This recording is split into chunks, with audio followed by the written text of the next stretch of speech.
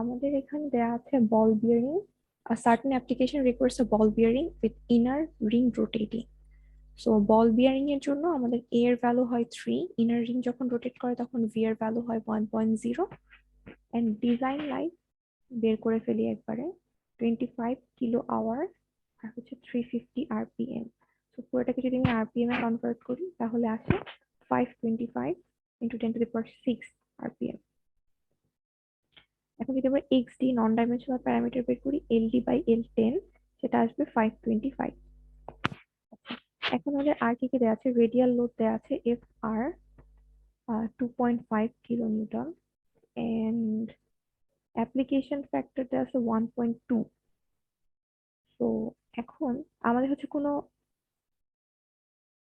Axial load দেয়া নাই, তো এটা 0 যদি না দেওয়া থাকে। তাহলে এখন আমরা হচ্ছে ফার্স্টে দেখি যে আমাদের আসলে কি করছে।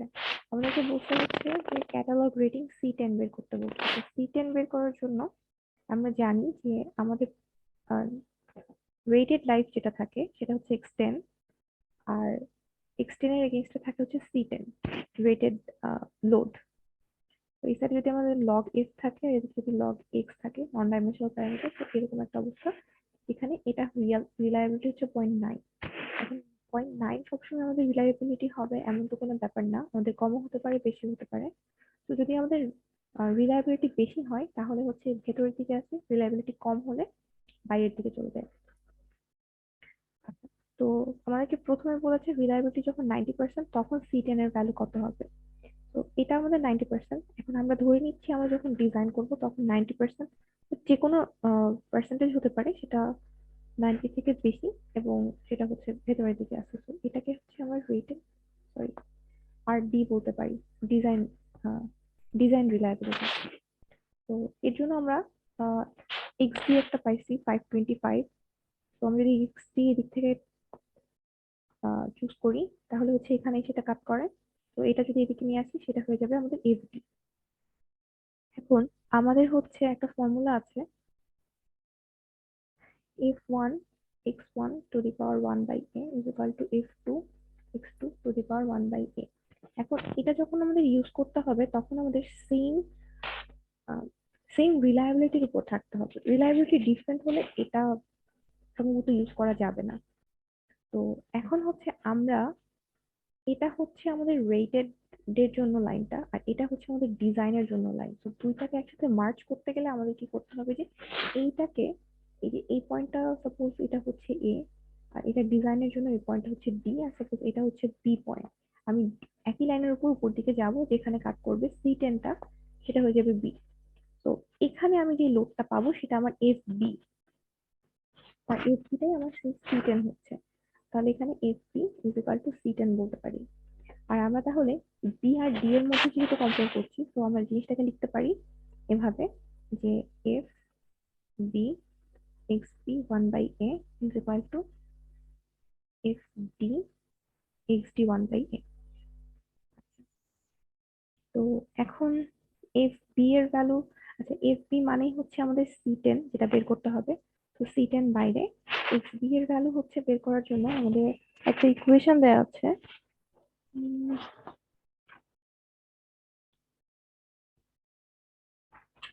ইকুয়েশন না, ইকুয়েশন নাম্বার 10.6 এর একটু উপরে, এটা কোনো ইকুয়েশন নাম্বার নাই। এটা হচ্ছে এভাবে করে x is equal to x naught plus theta minus x naught ln 1 by rd, design rd for design, আর হচ্ছে 1 by d। তো আমাদের হচ্ছে x naught এর ভ্যালুটা 0.02, থিটা মাইনাস x naught এর ভ্যালু হচ্ছে 4.439, আর b এর ভ্যালু হচ্ছে 1.483। এগুলো একটু মনে রাখতে হবে।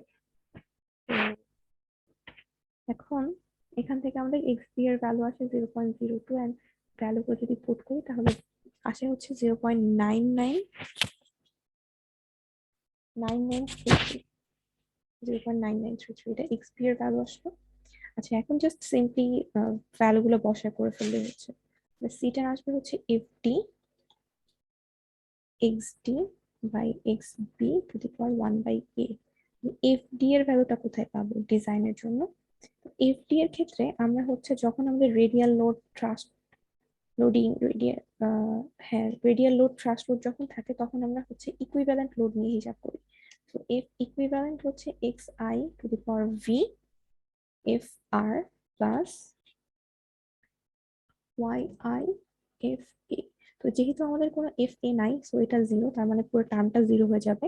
ভি এর ভ্যালুটা 1 আর এফ আর এর ভ্যালু হচ্ছে 2.5। আর যেহেতু আচ্ছা, আর হচ্ছে এক্স আই এর ভ্যালুটা আমরা যদি চার্ট থেকে দেখি, এটা হচ্ছে টেবিল 1.11.1, এটা হচ্ছে টেবিল 11.1। এখান থেকে যদি দেখি তাহলে দেখবো এক্স ওয়ান এর ভ্যালুটা 1 হবে। আর যদি আমরা হচ্ছে গ্রাফ থেকেও দেখতে চাই, আমাদের গ্রাফে ছিল F E by V F VFR, আর এদিকে ছিল হচ্ছে F A by VFR. So তখন গ্রাফটা ছিল এরকম। যখন আমার হচ্ছে ই এর ভ্যালু, এটা ছিল ই, সো ই এর ভ্যালু যখন যখন আমার ভ্যালুটা হচ্ছে ই এর থেকে ছোট হবে তখন এই রেঞ্জে থাকবো, এই রেঞ্জে থাকলে আমাদের কোনো এ থাকে না, সো এটা হচ্ছে 1 হয়। তো এই কারণে এক্স আই এর ভ্যালুটা 1। এখন তাহলে আমরা সিম্পলি এফ ই এর ভ্যালুটা 2.5ই পাচ্ছি, আর যেহেতু আমাদের একটা এ এফ আছে তাই জন্য আমাদের এফ ডিটা হয়ে যাবে 2.5 ইন্টু 1.2, এফ দিয়ে মাল্টিপ্লাই হবে এফ ই। তাহলে এটা আসে হচ্ছে 3 কিলো নিউটন। সো আমাদের হচ্ছে এখন ভ্যালুটা বসালেই হয়ে যাবে এখানে। আমরা সবগুলো ভ্যালুই জানি। এফ ডিটা হচ্ছে 3, এক্স ডি এর ভ্যালু হচ্ছে 525, আর এটা হচ্ছে এটা, আর 1/3। সো এখান থেকে ভ্যালু পুট করলে সিম্পলি সি টেন এর ভ্যালু আসে 528, সরি সি টেন এর ভ্যালু আসে হচ্ছে 24.2 কিলো নিউটন। সেটা আসে হচ্ছে 24.2। এখন 24.2 তো হচ্ছে কোনো ম্যানুফ্যাকচারার বানায় না, তো আমরা ক্যাটালগ থেকে যদি দেখি এখানে কি আছে 24.2। 24.2 হচ্ছে সিটের এর মাঝামাঝি থাকবে, এখানে থাকবে 24.2। যেহেতু 24.2 এ নেওয়া পসিবল না, সো আমরা 25.5 নিব। তার জন্য যে ভ্যালুগুলো আছে সেটাই হবে আমাদের অ্যান্সার।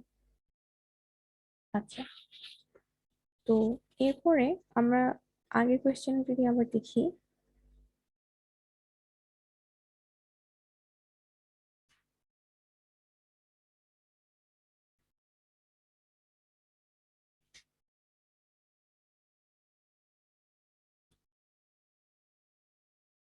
আচ্ছা, এরপরে বলছে 50% রিলায়েবিলিটি। সো 50%, আচ্ছা এরপর হচ্ছে find the rating life L10। Actually L10টা সবসময় ফিক্সড থাকে। L10 এর value is always fixed which is LR, and এটার ভ্যালু হচ্ছে 10⁶ RPM বা 1 মিলিয়ন 1 মিলিয়ন রেভলিউশন। সো এটা যদি 1 মিলিয়ন রেভলিউশন আছে, আর এর ভ্যালু ফিক্সড, সো এখানে আসলে L10 বের করতে বলতে যেটা বোঝাচ্ছে সেটা হচ্ছে আমরা f B is equal to F d into x d by x b to the power 1 by এই যে ইউজ করছিলাম, এই যে রেশিওটা এটাকেই L10 বোঝাচ্ছে এখানে এই কোয়েশ্চেনে। সো এটা বের করলে যেটা আসবে সেটাই হবে আমাদের অ্যান্সার। এরপরে যদি আমরা 50% রিলায়েবিলিটির কথা চিন্তা করতে যাই, 50% রিলায়েবিলিটির ক্ষেত্রে আমাদের যেটা চেঞ্জ হবে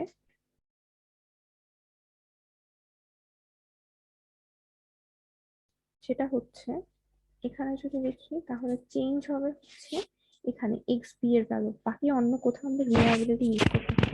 এই এক্স বি এর ভ্যালুটা হবে হচ্ছে 0.02 প্লাস 4.439, আর এখানে ছিল লন 1/RD। সো RD এর ভ্যালু 50%-এর জন্য হয়ে যাবে 0.5, 1/1.483,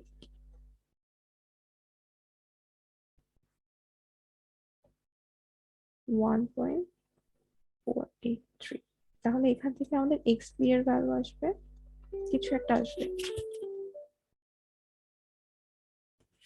আচ্ছা, এখান থেকে আমাদের এক্স বি এর কিছু একটা ভ্যালু আসবে।